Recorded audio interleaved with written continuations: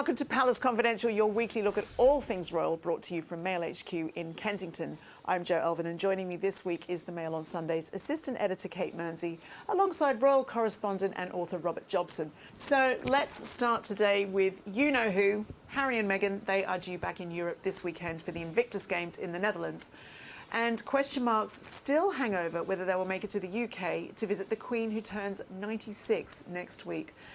I'm going to start with you, Robert. If they don't make it here, how is that going to look?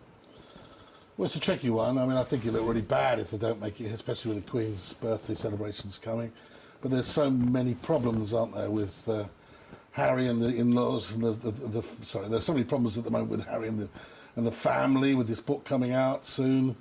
It's very difficult for him to stop over. But look, if they're ever going to sort it out, then they've got to sort it out soon, and maybe this is the ideal opportunity. So do you think it's less of a matter of the security issues and more of a matter of, oh, can't face the family drama? Well, he's got enough Dutch courage to go to the Netherlands, hasn't he? So see what you did there. Yeah. I really am not a big buyer of this security business because, I mean, you know, the reality is he's got bodyguards in America. I think that's next to Brazil. I think that's the most gun deaths in the world. So there's a lot of nonsense going on behind the scenes. But my feeling is that if he doesn't do something about it soon, when do you build bridges? And this is an ideal opportunity, but they're all expecting him at the games very soon, where he's going to be a VVIP and treated in the way he wants to be treated. So obviously that's the way he wants to play it. Yes, it's very interesting, that point, isn't it, Kate? That do you think Harry has thought through that he is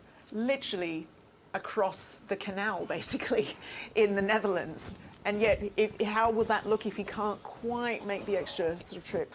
Well, that's it. He's coming all this way to Europe, isn't he? It would just be a kind of short hop, skip and a jump to come and visit his grandmother. Even that ferry ride is not such a bad deal. Great. But look, I think if he's not going to come for his grandfather's memorial, then it's unlikely that he'll come for the Queen's birthday, is my feeling. But it's, Robert's right. I think the longer we all know in families, the longer you leave these things to fester, the harder it is then to build those bridges. It certainly does need some clear the air time, doesn't there? Well, then at some stage they've got to clear the air. So if it's in Europe, I mean, it does look very unlikely, but the fact is, if you're going to clear the air, you've got to clear the air and get on with it. Can you have any guess at all about how the other royals are feeling about this situation? How will Charles and William react if he doesn't come over? Well, I don't think William necessarily be involved. I think if ever there's any form of reconciliation, will have to go between father and son. And my understanding is, for some time, there's been no real direct conversations. I think that Harry has probably reached out a few times and found it difficult after quite volatile conversations prior to that to build bridges. So that if it's going to happen, it's going to happen soon. Kate, is it true that there will be Netflix exec producers in tow for this Invictus Games trip? Well, that's what a lot of people will be expecting, I suppose. We know they've got this massive deal with Netflix, very lucrative. People will be looking to see if their camera's following their every move there and whether that's going to be part of this show, whatever form that may take. But it seems an obvious one for the Netflix producers. So we'll may look out for those mics in the back pocket of Harry and Meghan as they go around. They're not going with the children. It's just going to be Harry and Meghan. But no doubt there'll be a big fanfare when they turn up. Harry's going to give a speech, we understand, on Saturday at the opening ceremony. So it's a great opportunity for those Netflix directors. I'd be flabbergasted if it didn't appear in any forthcoming show about them. And an indication of where their priorities lie these days?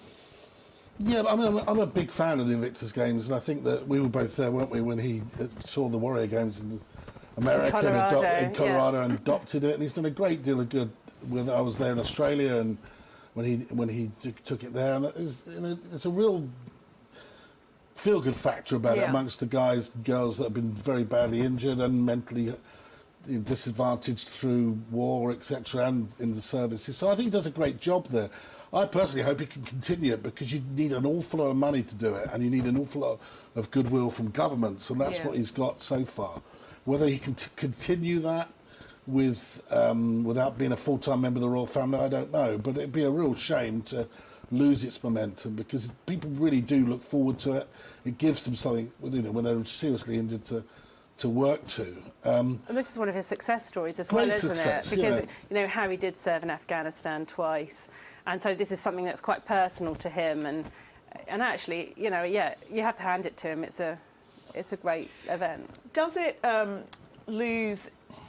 What I'm trying to say is, because he's not tied to the British military anymore, is that a problem going forward with the Invictus Games? I think he's got enough in the bank to, he's having served 2 tours of duty. People see him as been a brave and good officer, and that's enough in the bank. And I think it just says to me what a mistake they made in terms of turning their backs on the role, misunderstanding what was involved, i.e. Meghan probably, in making him give up this role, because that's something he cared a lot about. Well, I think he thought that he could keep some of those military titles. He definitely did. How that they wanted a half-in, half-out situation, and the palace or the Queen said, no, that's not how this works. So you will have to relinquish those military titles. He was very sore about that. Yeah. And just But before it's that he muddy left in the UK, waters, isn't it? Like at the moment, there's people talking about his links with where he's being paid with the mental health organisation. And Harry's now using that at the Invictus Games. This is the better up. Yeah, and all that. And now this. people are saying, oh, well, you're using both to get money from it. Now, what he did have before, of course, was the goodwill from all the newspapers and all the media. And all these things would have just been, he wouldn't have been involved. It wouldn't have been a bad situation. But now, people are picking every little thing they can with him. And I think that with Invictus Games in particular, it's just a shame, because it's one thing that I think he got absolutely right. And if he just stayed a full-time royal, it would have been something that could have run on and run on and run on and been brilliant. I'm not sure how much longer it's got. But you're right, Joe. I think there is that question mark. If you're being paid by Netflix to do a massive kind of lucrative show, and then you're doing your charity work, you're being paid by the Better Up organisation, and then you're using that in conjunction with... I think that is difficult territory, and that's something that the Queen was keen to avoid with this half-in. Are you using your position to make money? Are you using the goodwill of the charity to make money in your private capacity? There's a lot of kind of ethical questions that raises, I suppose. I mean, like it or not, it's a reshaping of what it means to be royal, isn't it? And we just have to watch this space. But it's not only Harry with Hollywood mates, as we've seen this week. His big brother William has shown he has some famous pals when he turned up on Kate Blanchett's Climate of Change podcast. Let's see a clip. It does sound like you're quite hopeful that maybe we can imagine our way and plan our way and work our way out of what seems to be a crisis. To coin Christiana Figueres' phrase, a stubborn optimist, I think is sort of where I'm feeling quite like I'm at the moment. Maybe that's what I am. Yeah. She's given me a lot of hope that this can happen, and I believe it, and I'm seeing it with my own eyes. It's everyone doing their bit and helping and supporting. What we're trying to do is it's all of us in it together. I really do think it can be done in a much quicker time than we anticipate, because the solutions are out there. There is real solutions to these problems. Wills and Kate there, Kate with a C this time, but now to her own Kate with a K, and he seemed pretty assured there. Yeah, I think when we see William doing the kind of, saving the earth, climate change stuff, this is something he feels really passionate about. But I understand that he's had quite a lot of this kind of media sort of training. He really wants to come across as genuine and believable. And he had to be trained for that, did he? Oh dear. I think being comfortable in front of the cameras is not something that comes naturally to him or to many people, myself included. No. And I think that someone at the palace explained it to me that William's kind of sum for doing this, the calculation, is that it has to be urgency plus optimism equals action, and this is very much where he's coming from. So he describes himself as a stubborn optimist. So it's all about kind of doing that kind of Barack Obama, instilling some kind of hope into the debate, rather than just the hand-wringing, isn't it awful, we're all doomed, the planet's going down the drain. I think that's the kind of, that's where William wants to change that narrative. So when he's on this one, he loves it because this is something he really feels passionate about, and it just comes across in brilliantly, natural way. And it helps to have a bit of extra stardust from Kate Blanchett, I suppose. So, Robert, it feels like at the moment a week doesn't go by without an environmental message from the royal family. Is this something that they really, really care deeply about? Well, it's also safe ground, isn't it? I mean, constitutionally, no one's going to argue with you from any party if you want to save the planet. And that's something. It's a safe area they can be vocal on. But as Kate was saying, the reality is that I think that William has actually changed the narrative arc a bit by being more positive and trying to find a solution with Earthshot. It's it's ambitious, lots of money involved, lots of big stars involved. It wasn't clocking up lots of engagements, but in terms of how hard he works, but it showed behind the scenes that he's put a lot of effort in to try to get himself to be more, to be liked and to be believed, which is important. And I think the other thing that is good about William is that his father, or I think his grandfather, both were brilliant on the environment, but they did come at it with the doomsday scenario, and you do sort of keep wondering where this cliff edge is if people keep warning you we're at the cliff's edge. So I think that he is saying, these solutions can be found, we can be ambitious, and that's what we have to be. And I think he's appealing to the young people by doing that. And good on him on this. I think he's been. He's also, in terms of his TV training, he realises that it's a majorly important media vehicle to get his message across, and he has improved. There's no doubt about that. He does. He seems to be more relaxed. When you look back in some of those earlier ones, when they did their direct talking to the camera, which were pretty awful, when they were doing those sort of messages on YouTube or whatever. Do you think he's becoming more kingly?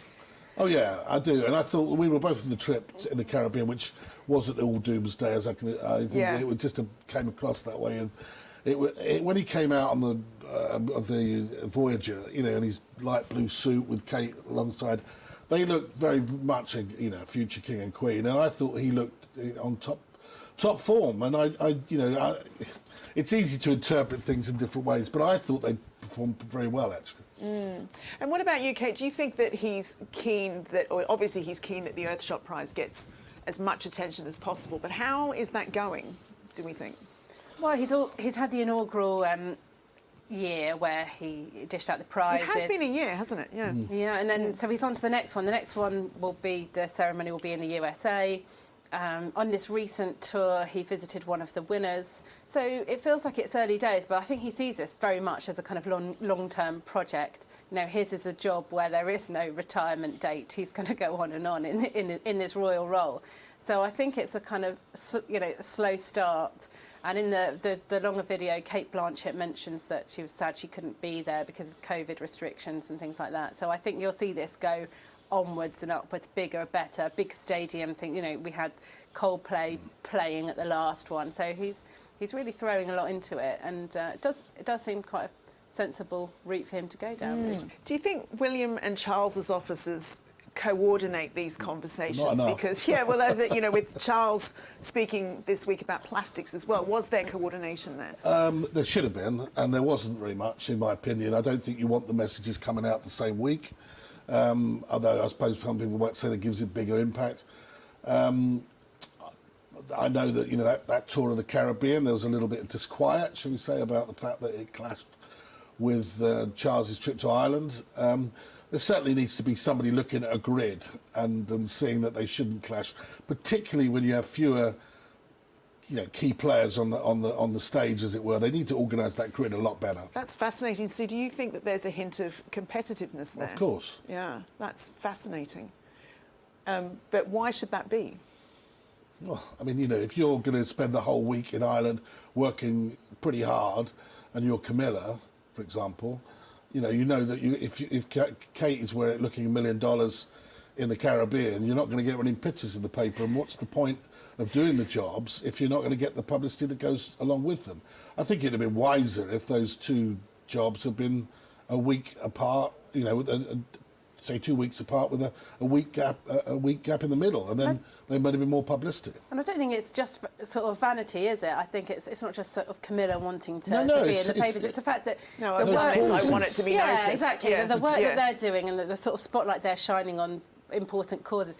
Although, you know, at the end of the day, the important relationship between Ireland and Britain. It's an old-fashioned thing, isn't it? There wasn't that much communication. You used to hear of the Queen and the Duke of Edinburgh communicating via letter and kind of courier, and you think that there perhaps ought to be a bit more communication between the top. You know, if the Prince of Wales is making a big speech on the same day as the Prime Minister or something, then it's a mistake. Somewhere on the way in the establishment, they need to work it out. There used to be an unwritten rule, going back years, and I've done this, 30 years or so, that when the Queen was away, other royals weren't on other jobs. I remember Princess Diana breaking that rule, going to Australia, and there was all hell let loose about it because she'd gone to Australia and it had clashed with the Queen's trip to Thailand, and the Foreign Office were furious. I don't know quite what's happened since then. It just seems a little bit ad hoc. Staff cuts, maybe. Too many parties. Something to investigate. But to one royal who tends to keep a lower profile now, and that's the Princess Royal. This week, the Daily Mail's royal editor Rebecca English reported on an extraordinarily jam-packed 4-day trip that Anne took to Australia. I've just got jet lag thinking about it. Here's Rebecca with those details. What caught my eye this week was Princess Anne, someone who we don't write a lot about, probably given the feedback I received this week, not often enough. But she was undertaking a 4-day whirlwind trip to Australia and Papua New Guinea on behalf of the Queen to mark her historic Platinum Jubilee, and what a trip it was. She packed in 21 engagements over 4 days, flew to Sydney on Thursday after conducting a day of engagements in Liverpool. She then got a helicopter down to Heathrow in London, jumped on a commercial flight, flew all the way through to Sydney without any overnight stopovers. She arrived there at 5 a.m. on Saturday morning, and by 9:30 she was conducting the first of a very punishing day of engagements, meeting the Governor-General of Australia, who is the Queen's representative in the country. I think it's also worth noting that Anne famously travels light, and this trip was no exception. She was accompanied by her husband, Tim Lawrence, but she only had one member of staff with her, aside from her security detail, and that was her private secretary, who basically organises her diary. There are no dressers, no personal assistants. She did her own hair, her own makeup. She even packed her own suitcases. While she was on the trip, there was no time for an afternoon or a morning or an evening off. Every minute of her day was scheduled with meetings and public engagements. And in fact, her last engagement, which was another dinner with the Prime Minister in Papua New Guinea, ran so late, there was literally just enough time to catch a few hours sleep before she got a plane back to Sydney, another hour's wait at the airport, and then straight back on a flight to London. Now, I do think it's really important to emphasise that Anne's trips are very different from the normal tours undertaken by other senior royals, such as the Prince of Wales, the Duchess of Cornwall, the Duke and Duchess of Cambridge. She's not a direct heir to the throne, so there's less formality, less pomp, less ceremony, and there's not immediate interest in her trips, so she can travel a lot lighter. But I think in light of recent debate over the way royal tours will be conducted in the future, particularly following the Duke and Duchess of Cambridge's trip to the Caribbean, that Anne's trip will certainly be food for thought for the royal household. Rebecca English there. Let's bring my panel back in now. Kate, Anne's trip seems the sort of no-fuss thing that reminds us of her father. Yeah, absolutely. I think we saw her in a kind of pretty standard hotel in Sydney. Oh, which one? Can you remember? Oh, I can't remember the name of it, but I think it was a mere sort of £200 a night compared to what the... That is the unicorn in Australia, let me tell you. But, yeah. So, she's known for recycling her outfits. I think this is what people love about her. She gets on with the job.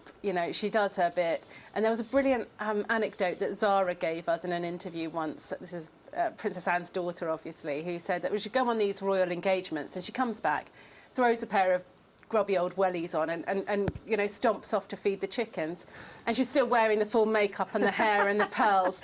And I think that image has always stayed in my mind of her, that she just gets on with it, and I think people love her for it. Do you think, Robert, that this is the future of royal engagements, with a slimmed-down monarchy, skeleton staff, short, sharp shot, get in, get out? No, I don't. I think that if they do that, I think it's a mistake, because I think that with less senior royals in play, they've got to take it a little bit more seriously. I think that if you start going, I mean, we know that the Cambridge way they're talking about is reducing the staff that Prince Charles has got. But as a Crown Prince, William has not been a Crown Prince yet. He doesn't know what it's like, what's involved in that. And I know from people, you know, there's some disquiet in the palace about how many how much staff are being used that are Charles's and the Queen's by William's team. You know, they seem to piggyback on staff, so they may not necessarily have a lot of members of staff, but they're using the Queen's and Charles's. So therefore, I think that you just got to be realistic. It may be good to give that impression, but you know, when you go on these trips and when you're doing full-time engagements, you do need good backup. You do need quality staff. Look, we were on that trip in the Caribbean, in Trenchtown, where they went up to the fence and it was seen as a terrible image. There were members of their team looking around, you know, not doing anything about it, when they should have moved in and said, go around the other side of the fence, meet the kids after the game of football. But, you know, they didn't. And so, therefore, you do need people around you to stop you falling into the pit holes that can be there, because it's important for the image of for the country, for the Commonwealth and everything. And as a result, I think that tended to come across as a bit of a knee-jerk reaction afterthought tour, where they were having to issue statements after the event, rather than being thought out by a team of professional advisors. And more experienced. And you shouldn't just say, oh, well, you know, you know, the point of it is, if you're going to do something well, you're going to look good, you're going to be professional, you do need a team. And I think that if with someone like Anne, it is different. There are fewer engagements. The whole world she's probably got no members of the press, apart from the Australian press, with her on that in terms of coverage. But it's gone well because that is Anne, but she's lower down the pecking order in terms of the amount of attention. But also, I mean, Anne is, you know, really a veteran. She's a total pro. What are your experiences of coming across her? I mean, what I remember, the comparison with the Duke of Edinburgh is great. I mean, there was once years ago, the Duke turned up, and he would literally turn up with his valet, and he would sling his suit over his shoulder and go to the engagement. Bodyguard, valet, and him, and that'd be it. And that'd be keys, wallet. And when the Prince of Wales would turn up, he'd have an army of, you know, people looking after his vet. You know, I know he's the one's not going to ever be the king, but that was Philip. But you know, he was an organised naval officer. That's how he was. And I think Anne is very similar. And one thing I remember her was, just like the Prince of Wales, just like the Duke of Edinburgh, she's a great public speaker, off the cuff, and very, very funny, and always managed to capture the audience. Wherever she goes, she gets it right. She's got a bit of that kind of Camilla confidence as well, that she's quite happy to have very frank conversations with people, have a joke, and isn't so worried about what people think about her. And I think that's just really refreshing. Well, speaking of Camilla, she and Charles have another tour coming up, don't they? You know, do you think they'll be sort of adjusting and having a bit more forethought, given the recent criticisms of other tours? Well, compared to the Caribbean, I mean, they're going to be playing to a largely kind of positive crowd when they go to Newfoundland. They go to Ottawa in Canada, where they're largely well liked. It will be a kind of reasonably short tour, and they'll get around and no doubt have a great reception. So in that respect, they're on a much easier footing than Kate and William were in the Caribbean, where these realms want to peel off from the monarchy. But they've still got work to be done. You know, he's laying the groundwork for his reign, of course, which, you know, we can expect in the not too distant future, without wishing that to speed up in any way. But Camilla's first is definitely going to be the Queen Consort, all that side of it as well. So. She's got the Queen's back. She's going there now with the Queen's backing, that she will be Queen Consort, you're right. Well, speaking of that, Charles, Camilla, Robert, they're stepping in again for the Queen at today's Maundy service. And the Ephraim Hardcastle column in the Mail suggests the Queen is making Charles regent in all but name. No, I think that is happening, yeah. I'm surprised it hasn't been named, to be honest, because, you know, with all respect to Her Majesty, you can't really just become a Zoom monarch. There are roles that you have to play you have to be seen to be believed. I think that she looked great when she did that recent broadcast to the NHS staff, and she looked in great form, but her mobility is an issue. And, you know, look, she's the oldest Queen we've ever had. She's the longest reigning. She's reached 70 years. to make there's enough scope within the Regency Act to make the Prince of Wales regent, and I wouldn't think it'd be a bad thing. We have 2 popes. We've had, still alive. Personally, though, they probably look at it to say there's no need, because the Prince of Wales is there. He could be, I serve. That's his motto. He'll continue to serve the Queen in whatever way she wants to. So maybe that's how they look at it. But if it gets to be a situation a year down the line where we don't see the Queen at all and she can't do anything, then why would we? None of us would want her to have to go through this at 96, 97. And we'll see it again on Sunday. Well, yeah, I mean, I think we'll see it again on Sunday, or not see it again, because she won't be... the 5th time she's missed this service. Or the Maundy Thursday service will be the 5th time she's missed, and when she's missed before, it's because she's been on overlaws or she's just recently given birth. And this, people forget, this was the first kind of official function that she did. Yeah. After becoming Queen in 1952. Yeah. So it's significant, I think, from that point of view, that this is a first of one.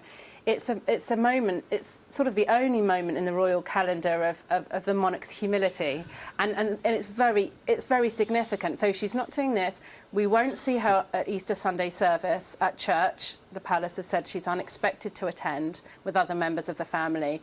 So we're going to see much less and less. And if we can only see the Queen in mechanical form, as she would say, on the Zoom, you do wonder how this is going to go forward. This is Charles' first time doing the Maundy service with Camilla, so it's the first time he's ever done it. But before we had the Queen Mother, Princess Margaret. But the point of it is you're seeing Charles in this role more and more as king.